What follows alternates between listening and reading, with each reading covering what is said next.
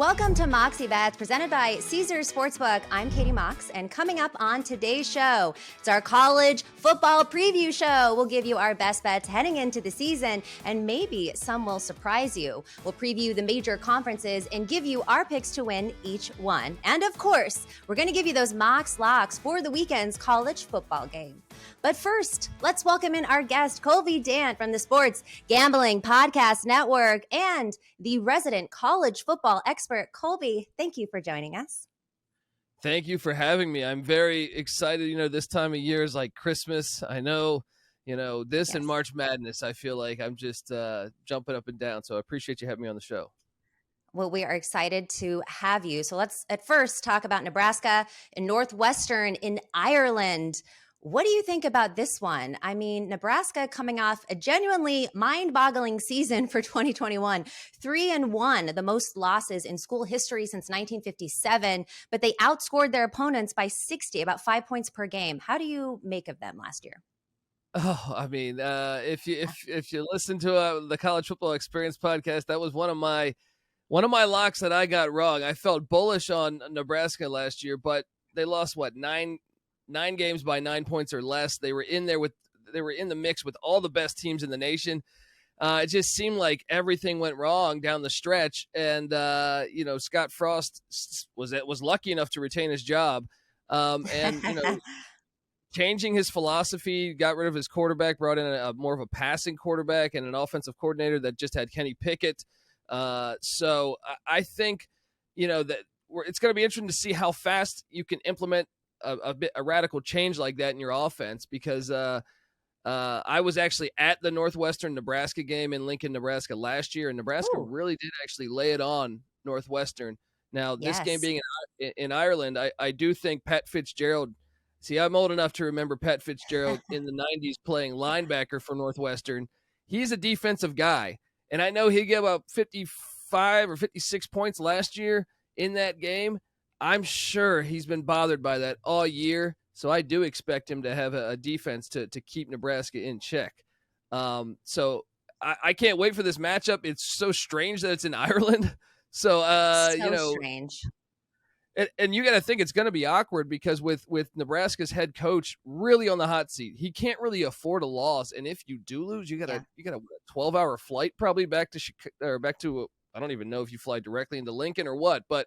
Probably not from Ireland. Yeah. I'm like, how do you go? Where do you? Chicago probably, and then connect. Maybe, yeah. But I like Northwestern to cover the spread, just because implementing a new offense. I looked back when that same offensive coordinator, Mark Whipple is his name, who was recently with Kenny Pickett at Pittsburgh. His first year in that offense at Pittsburgh, they struggled. They ended up being in the 100s out of 130. I believe they charted at 109, if memory serves me correct. But I think it takes time. You can't to have that big of a shift in your philosophy. It takes time. I think Nebraska will still win this game, but I do think it will take some time. So I think Northwestern will cover that spread. Okay, I like it. Like you said, Nebraska did beat Northwestern by 49 points the last time they met up last season, but then Nebraska went on to lose 8 games by a combined 49 points. So I'll agree with you on this one and say that Northwestern can maybe keep this closer. But stay right there as I get into my Mox thought for today. College football, it finally starts this weekend. So let's take a look at the odds to win the national title game. So who's going to win it all, and who is a good long shot pick? I'm going to go with Ohio State here at plus 300. So it's hard to bet against the Crimson Tide, especially Nick Saban's pay. I mean, he had an 8-year, $93 million contract for a 70-year-old, which I find interesting because Kyle Shanahan likes to say, we don't even know if we're going to be alive tomorrow. And then you're going to give a 70-year-old an 8-year contract extension. But Bama and Georgia would have to play each other in the SEC championship game. Ohio seems to be the obvious choice here. You got CJ Stroud, who is the Heisman Trophy winner, favorite this year. They're also minus 250 to win the Big Ten. You've got a decent road schedule this year. You got Michigan State, Northwestern, Maryland, Penn State. I just think that they're a good match here. But long shot wise, and Colby, obviously you can tell us longshots don't win national titles. It's been all about the blue blood since 2004. Only Auburn, the 2010 Tigers, opened the season ranked worse than 11. However, if I have to pick a long shot here, I do like Texas A&M. They're the only team in the SEC that can beat Alabama and Georgia for a title this season. They beat Bama last year in the regular season. They got a number 7 ranked defense, and they've got a talented roster. They're pretty well coached. Only question mark is the quarterback situation, but a plus 2,500, it's worth a little bit of a sprinkle. All right, it's time for Capper's Corner. Let's welcome back in Colby. Colby, you heard what I had to say. What are your thoughts? Who do you like to win it all, and who's a good long shot? First off, I like the long shot. And you're right, in college football at this current state where you only have a 4-team playoff, which I label an invitational because there are no guidelines. You're right. You should not play. I read, I think yesterday, someone played some crazy odds on Fresno State to win it, and I go, They just gave away money. It's impossible. Even if they go undefeated, I don't think they'll get the invite. So I do think you make a lot of sense there, and I'm going chalk. I think my Alabama friends down there in Tuscaloosa, they believe that this is Nick Saban's best team he's ever had, ever. Wow, that's saying a lot. So and traditionally when Saban loses, all off, it doesn't matter what age he is. I feel like you're sitting there all off season saying, I can't believe I lost that game last year, and that, he's fired up for it. But so I am going chalk there. I wish I had a more surprising play there. But I will say for my long shot, I do think Michigan and Jim Harbaugh they're flying under the radar. I really believe it. And I know you said Ohio State, and for a lot of great reasons. And Ohio State has just NFL players scattered all through that offense. Yeah. But Michigan, their offensive line is, I think it might be the best in the nation. And when you add in these receivers that were injured last year and some are freshmen that are really talented, I think this offense is going to be way more dynamic this year. And I think if they can get past Ohio State, Michigan's schedule is actually really easy, I think. Obviously, they got to win in Columbus. That game's going to, I understand Ohio State being the favorite there. But I think Michigan's flying under the radar. And I think they're reading those press clippings where everyone's crowning Ohio State Big Ten champ already. Got to remember, Michigan won the Big Ten last year, so I think they might be taking it a little personal. So I think at plus 6,000 there, sign me up for the Wolverines. I got to tell you, as a 49ers fan, I do know that Jim Harbaugh takes things very personally and gets back at it next season. So I like that. And they did beat Ohio State last year as well. So let's talk Heisman Trophy. Bryce Young looks to become just the second player to win back-to-back Heismans, but CJ Stroud is the favorite. Who do you like to win the Heisman this year? You got CJ Stroud, at plus 200, Bryce Young plus 430, Caleb Williams plus 700, Trayvon Henderson plus 2,000, Will Anderson Jr. plus 2,200, and Jahmyr Gibbs at plus 2,400. Who are you looking at here, Colby? Yeah, this is interesting because I think, the Heisman Trophy's kind of had this change where they go into selecting teams that make the playoffs for the most part, or at least right out top 6, I would say.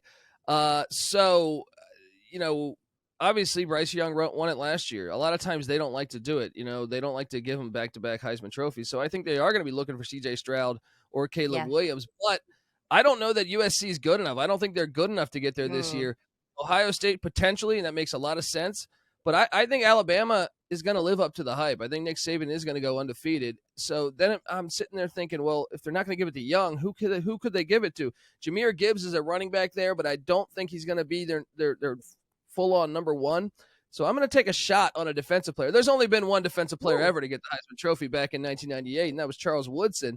So I'm going to take a shot on Will Anderson Jr. because I think he's probably going to be the first pick in the NFL draft next year, obviously depending on who gets the first pick. But all it takes is one big play in a key game against Georgia or against Texas A&M, and he'll have that moment.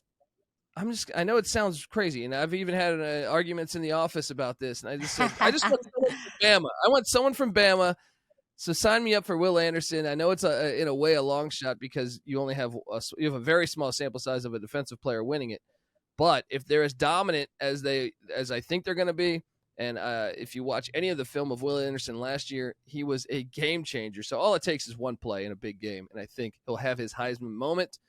So sign me up for Will Anderson and the Crimson Tide? Well, one, you're very high on the Crimson Tide this year, which makes a lot of sense. It is the Crimson Tide. But you are not alone. I know you said you think you're crazy, but according to Caesar Sportsbook, Will Anderson Jr. has the most bets to win it. He's second in handle. So if you look at people who have bet $1,000 on who's going to win the Heisman, you got CJ Stroud. He's got 5, but Will Anderson is next with 3. So you are not alone in believing that Will Anderson Jr. could be the Heisman Trophy winner this year. But let's take a look at the SEC conference winner. We're going to dive into some of the major conferences, but obviously we're going to start with the SEC here. Who are you liking to win this conference and why? There's Alabama. Well, obviously I know you're going to say Alabama here. At least you should, because you like them so much this year. That minus 140, not great odds. Georgia Bulldogs, defending champions, plus 140. Texas A&M Aggies, plus 1,600. Tennessee Vols, plus 4,000. Ole Miss Rebels, plus 4,000. And the Kentucky Wildcats, also at plus 4,000. You going with Bama here? You got to go the chalk. I know you are. Yeah, I mean, unfortunately, like the SEC, obviously fantastic conference. They put the most pros in the NFL year after year. It seems like this is a pretty predictable, the most predictable conference, I believe, because you have Georgia in the SEC East. I don't really see a threat for them, and in the SEC West, I know you made the case for Texas A&M. I think if it was going to be anybody, it would be A&M, but they're still a little bit too young for me to fully, and they got to win at Alabama this year. So I'm going to go ahead and say I think it's going to go very chalky here. I think Bama beats Georgia in the SEC championship. All right, on to the Big Ten. Who do you like to win this conference? Ohio State, my favorite, Buckeyes, minus 250. Michigan Wolverines, plus 750. The Badgers of Wisconsin, plus 1,200. Penn State, plus 1,400. Nebraska Cornhuskers, we talked about those earlier today, plus 1,600. Or the Iowa Hawkeyes at plus 2,200. You going to go Michigan here? Yeah, because the value. See, this Yes. is a little different. This is a little different than the SEC because I do think Michigan is capable. We saw it last year beating Ohio State, and I get it. Ohio State probably should be favored because of the game being in Columbus, but they're minus 250. Michigan's plus 750, and when you consider all the things I said, Ohio State had a terrible defense last year. Yes, they bring in defensive coordinator Jim Knowles, but how fast can you fix that? Luckily, they don't play Michigan till the final game of the regular season. So, yes, they could fix that. But I just think if there's any team that could beat them, it is Michigan. And I think it's actually going to be a very close game regardless. So I'm going to take a shot on Jim Harbaugh and the Michigan Wolverines at plus 750 there. I love the value. Where is the game? Is it in Ohio or is that at the Big House? Yeah, it's in Ohio. That's why I think, that's going to be the hard thing there. But one of the benefits, Ohio State normally a very, very fast team, a ton of speed. And one of the benefits of Michigan being able to play, Michigan's more of a power team. You get to Ohio or Michigan, it doesn't matter where they play this game as far as weather, cold. Last year was in the snow. So it slows down Ohio State's skill a little bit, and I think that favors into Michigan's hand.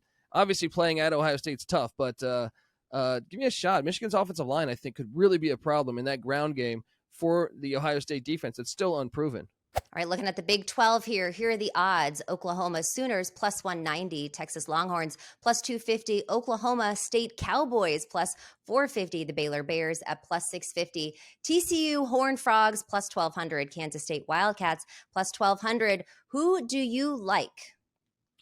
This one, buckle up, Big 12 fans, because I think I think this conference is wide open. I think it's wide open.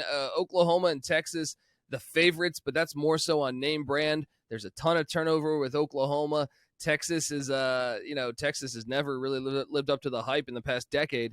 So I'm going to go with Baylor. I trust Dave Aranda, their head coach. I think he's one of the most cutting-edge coaches in college football right now, and I think they're the best on the line of scrimmage in that conference. Yes, they have questions at the quarterback spot, starting just a redshirt freshman, but he played last year. They won the conference championship last year with that freshman.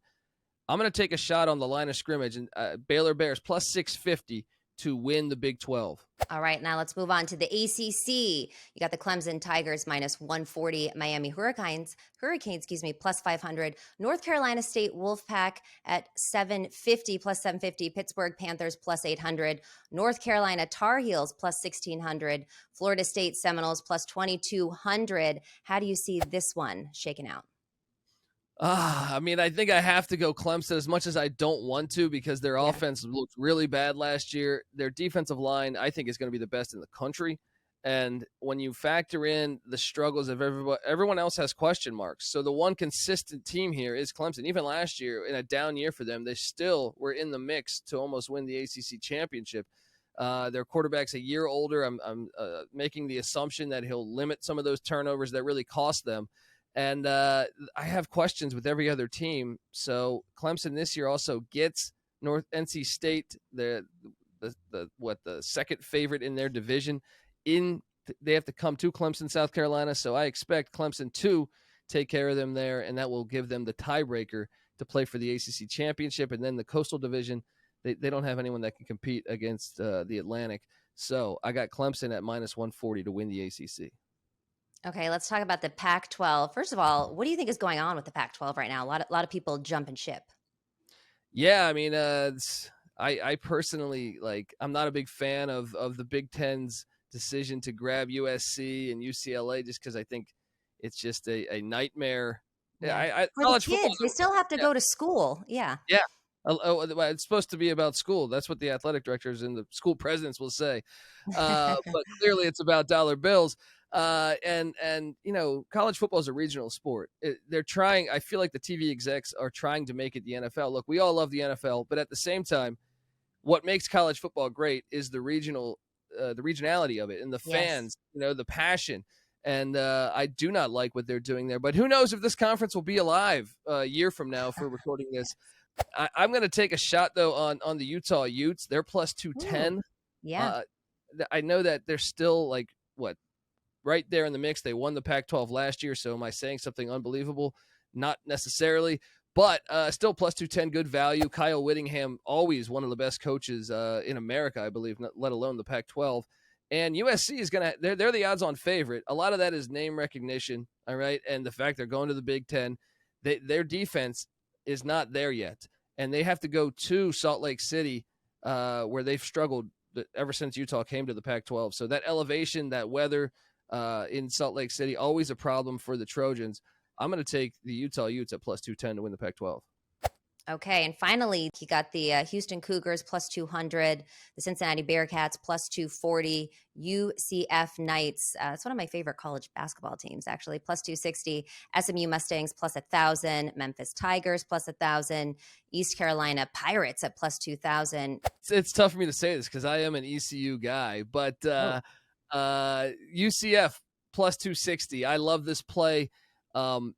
Gus Malzahn's their head coach. He came over from Auburn, wrongfully fired, in my opinion. Very good football coach, and he just landed a transfer from Ole Miss in John Rice Plumlee. He just named him the starting quarterback the other day.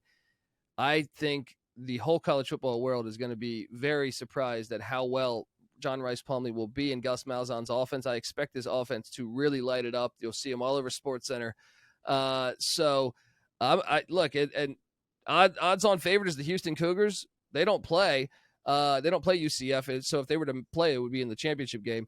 Cincinnati has to go to Orlando to beat UCF. That place gets crazy. I got UCF as really. I think they're going to be a really good team this year. I think that offense is really going to fly. So give me UCF +260. All right, let's talk about some season win totals. Who are your favorite overs and unders that you're looking to lock in this season?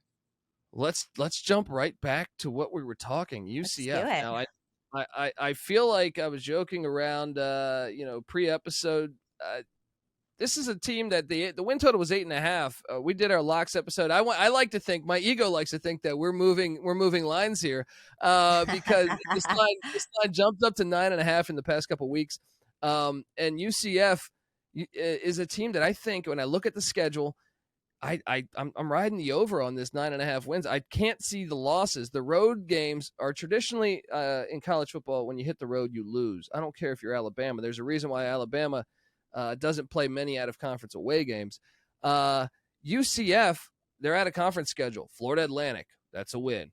At East Carolina, I think that's the trickiest one on their road schedule. Then at Memphis, at Tulane, at South Florida. I think those are all winnable games. They should be favored in every road game. You look at the home matchups, they have a tough one week 2, Friday, September 9th against Louisville. I think they should be favored. I think they will get that one, but it is a tough game. And then you have the Cincinnati game on October 29th, Halloween weekend, at home in Orlando. I don't see them losing that game. Cincinnati lost 9 players to the NFL draft last year. Oof. So I think they're going to have a little bit of a setback. Give me the over on UCF at 9.5 wins. I can't even see, like, worst case scenario, 2 losses. They have 2 like kind of 50-50 games, and I think they're going to go 2-0 in those personally. Oh. So I love the over on the UCF Golden Knights this year. All right, lock it in. What else? I'm going to take you to, and I know, so last year, Kansas is one of the worst football programs over the past decade, right? Everyone's got a joke about that. And last year, Kansas went out and hired a football coach named Lance Leipold, and they hired him after spring. And they were my number 1 lock last season at over 1.5 wins. Now, he didn't get spring ball. He started a bunch of freshmen, and it hit for me as they beat the Texas Longhorns. I think they were like a 30-point dog. And I'm going to ride them again. The win total's at 2.5. This year, he does get spring ball. He started 5 freshmen last year at the skill positions. So I'm going to ride Kansas over 2.5 wins. And I wouldn't even be surprised if they even got to a bowl. I really believe this is fighting for him. And you saw last year, I feel like the final 3 or 4 games of the season, they turned a corner and the team started fighting for them. They lost a lot of those games, but they were close games. I expect them to be a lot more competitive this year in pretty much in every game. So give me Kansas over 2.5 wins as a play that I really love in the Big 12. So I saw Kansas play last year against Iowa State Cyclones in Iowa, and it was an absolute bloodbath. But is this the lowest point? Or is this the lowest total at 2.5, or is there someone that actually has less projected wins than Kansas this year? I believe they're right there tied as the lowest. I think UConn, UMass, a couple others that are right there. I think depending on what book you see, it could change there. But that's the thing, though. You saw that game, and that was a bloodbath. But it's a process, and that's one of the things I love about college football is you see like the coaches will come in, and you can actually kind of see where the players buy in. And it seemed like to me they pretty much the last month of the season, they bought in, and they were really young. They started a true freshman quarterback. He was only 18 years old. Same with the running back position, and a lot of youth in the wide receiver room as well. Those guys bought in. They almost beat Oklahoma. They did beat Texas. So I think this year they're gonna be a lot more competitive. And that guy has won, I believe, 6, if memory serves me correct, 6 D2 and D3, or Wisconsin Whitewater, which is D3, I believe, national championships. He's a good coach. He's going to find a way to get it done. Give me the over on the Jayhawks. All right. Anyone else you're looking at for a season win total? Yes, I like NC State under 8.5. Sometimes you got to zig when everyone else is zagging, and everyone's on NC State over 8.5 wins.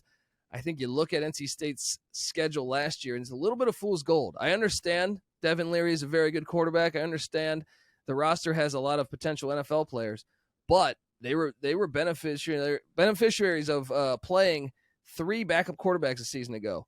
I don't think they'll have that same luck, and they barely won in those matchups, a couple of those matchups. I think NC State's got a tougher road schedule this year than people imagine, and I wouldn't be surprised if they lose the opener at my East Carolina Pirates. So I know people will say, oh, he's an ECU guy. They're rivals with NC State. Of course he's going to fade them. Of course he's going to fade them. No, I really believe that the road test at East Carolina, they got to go at Clemson. They barely beat Clemson in Raleigh last year. And then they got to go to a strange away trip at the Dome in Syracuse. That's a sneaky spot. It's a very sleepy feel, and you can lose that game. You see Clemson almost did last year. Then they got to go to Louisville and North Carolina. I think the road schedule is too tough. They still got to play at home against Wake Forest, who has beaten them 4 of the last 5 times.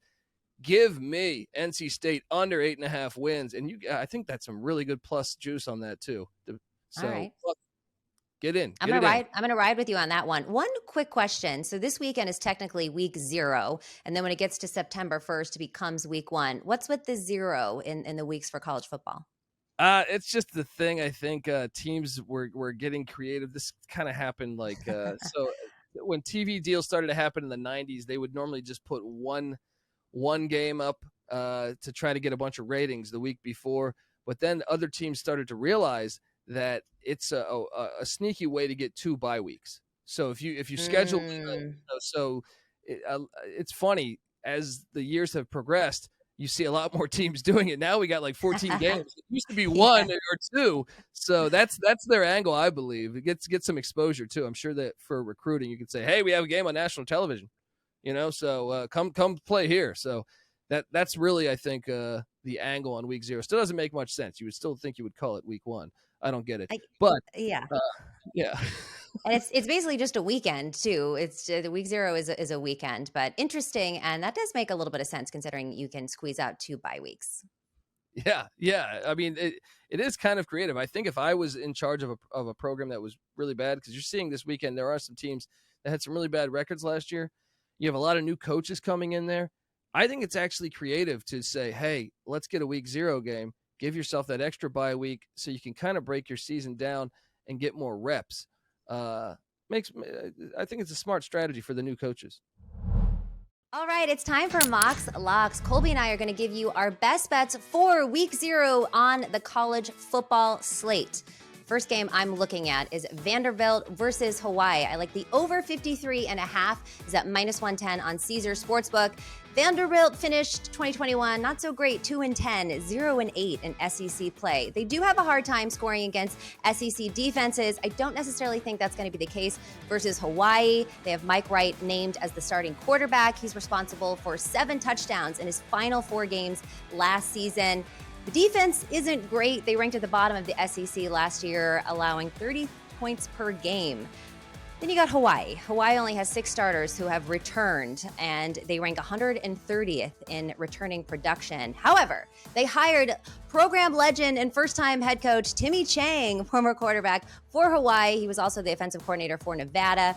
This total opened up at 55. It has since dropped down to 53.5. I don't think that Timmy Chang is going to be great with the defense, but I do think he's going to be a little bit better than people think he's going to be offensive-wise for Hawaii. The over also 19-9 in Hawaii's last 28 non-conference games. Colby, what do you think? And I also know you've got to play for this game. Yeah, I love your angle. Hawaii's defense, first off, that offense is going to fly because they went out and hired the coordinator from Eastern Washington. If you watch in the FCS, that's the second tier of Division I football. Eastern Washington's offense, very creative, put up fantasy football like numbers every week. So I do think the offense will fly, and Vanderbilt's defense probably not there yet. But I like the play of so I like your angle on the over, and I will double down with you there. But I also like Vanderbilt minus the points. Because there's too much turnover. Timmy Chang coming into Hawaii, great story for the Islanders. But last year, it got ugly. Their coach, Todd Graham, they had like a mutiny. They had a mutiny where 25 players just quit on them, decided not to play, including one of them was his own son. It was absolute chaos was going on the island. And even their coaching search was very strange. They June Jones, who was a legendary coach on the island, they wanted him allegedly, and apparently that was only a ploy to please the Islanders. So the administration seems an absolute mess. And unfortunately for Timmy Chang, I'm wishing him the best. I think he's just got a project on his his hands. So I'm going to lay the points. And another thing is Vanderbilt last year, their stats were horrible, but they were breaking in a new coach. They're where Timmy Chang was last year. So they're ahead of schedule now. Clark Lee comes in year 2. I do like Mike Wright to put up some big numbers against a Hawaii defense that probably will have people like me starting for them. And so I'm going to lay the points for the Commodores to win this game. I think they're going to win probably, I would assume, in double digits. I think the Islanders would be happy if you were named the quarterback there or the coach. So we'll have to see. All right, next up, I'm looking at Wyoming +13 versus Illinois. This is also at -110 on Caesar Sportsbook. So Wyoming has won 5 of its last 6 August games and is 5-3 in opening games under head coach Craig Bohl, but they've got a new look offense here. Both of their starting quarterbacks, their leading rusher, and their top receiver all exited the program. Illinois has named Tommy DeVito as their starting quarterback. He's okay, but he's inexperienced. So I think they're going to lean more on their ground game. They've got a really good rush attack. They got that junior Chase Brown. He had 1,005 yards last season, 5 touchdowns. Also, they got that sophomore Josh McCray. He had 549 yards, 4.9 yards per carry. Illinois is the better team here. Okay, they're 10-1 straight up in their last 11 games of the season. But I do think that they're going to run the ball more, kind of grind this game out, keeping the score low. So 11 or 13 points, what is it? I think it's at 11. No, it's at 13. It's just too many points to give here. So I'm going to go with the Dogs on this one. What do you think? Oh, we're seeing eye to eye here, and it's funny. I feel like the public loves Illinois here. That this number's been climbing. Yeah. I agree. Look, I get it. Wyoming lost a ton in the transfer portal, so people are panicking. But I actually think they actually brought in a few transfers that might help out. They lost their quarterback Levi Williams to Utah State, but ironically, the backup at Utah State, Andrew Peasley, transfers into Wyoming. And I actually believe he's a better passer than the quarterback they had last year in Levi Williams. So I think there's a chance the passing offense can improve despite losing a ton of. They lost their top receiver to Texas in the transfer portal. They also lost their starting running back to Arizona State. However, their backup running back Titus Swen is very good. So I think Wyoming plus 13 is a good angle here. And it wouldn't even surprise me if this was like a tie game in the fourth quarter. So give me the Cowboys there plus 13. I agree with you. Let's get it. All right, you got two more locks for us, Colby. What are they? I'm going to take you to Las Cruces, New Mexico, where this team has been really bad of late. The New Mexico State Aggies, they are hosting the Nevada Wolfpack, and both teams starting with a brand new head coach. But Nevada, they lost their head coach, Jay Norvell, last year. He left for Colorado State, and he took a ton of players and coaches with him. So he really emptied the cupboards there. So I think it's a big project for Ken Wilson, the new head coach of Nevada. Meanwhile, New Mexico State, yes, they were terrible last year, but Jerry Kill comes in. Jerry Kill is a coach that has done this at several stops. He's like the guy that fixes your program. He also was very active in the transfer portal, brought in a couple guys from Michigan, a defensive end from Oklahoma, a JUCO transfer at quarterback that won a national championship on that level. I think New Mexico State's the actual better team. I'm going to take the plus 8.5 with New Mexico State. I'm also going to ride that money line because I think they're going to win outright. This is going to be a sellout, too. I saw that this morning when I logged in to social media. I saw this. You go back last year and you watch a game in Las Cruces. There was 500 people there. So now they're selling out the stadium because of this hire. The energy around the program is going in the right direction. Give me New Mexico State to win on the money line, and obviously, I'm taking the points. Oh, I love that. Every time that you say the transfer portal or anybody, I feel like we're transporting people to a different dimension. It's such a weird thing to say someone is going to transfer somewhere else, to call it the transfer portal. Yeah, and look, it's absolutely crazy too. You're right. And to give folks an idea, I don't know if they're new to college football. So I've been a diehard college football fan since the 90s. And you would have one or two transfers maybe per team. Now you have it's like the 405 freeway on a Friday. It is just thousands of players. So it has become such a big, important part of college football that I think you have to talk about it so much more. But yes, it sounds very like you're in a science fiction movie or something. But I got one more play though. I like the Charlotte 49ers plus 7.5 against the there you go, 49ers, right? They're going down to Boca Raton to take on Florida Atlantic. Charlotte brings back a super senior quarterback. That's another thing with the COVID. Besides the transfer portal, you have the COVID season eligibility, the extra year. So you get these college football players that are 30 that are playing college football. Charlotte's quarterback Chris Reynolds is one of them. I think he's going to have that offense flying around. My only concern in this game is I'm hearing that it might be some weather. That is something to monitor, but I still like Charlotte regardless to cover the touchdown and a half. They're 2-1 in their history of playing on the road in Boca Raton. So give me Charlotte plus the points there. Going with the Niners. I love it. Colby, thank you so much for joining the show today and dropping all of your college football knowledge. Let the people know where to find you, where they can listen and watch your podcast on SGPN. Yes, we are part of the Sports Gambling Podcast Network, and my podcast is The College Football Experience. You can find it on any podcast platform or YouTube as The College Experience. So check us out. Check us out. All right, this has been Moxie Bets presented by Caesars Sportsbook. We'll see you Monday.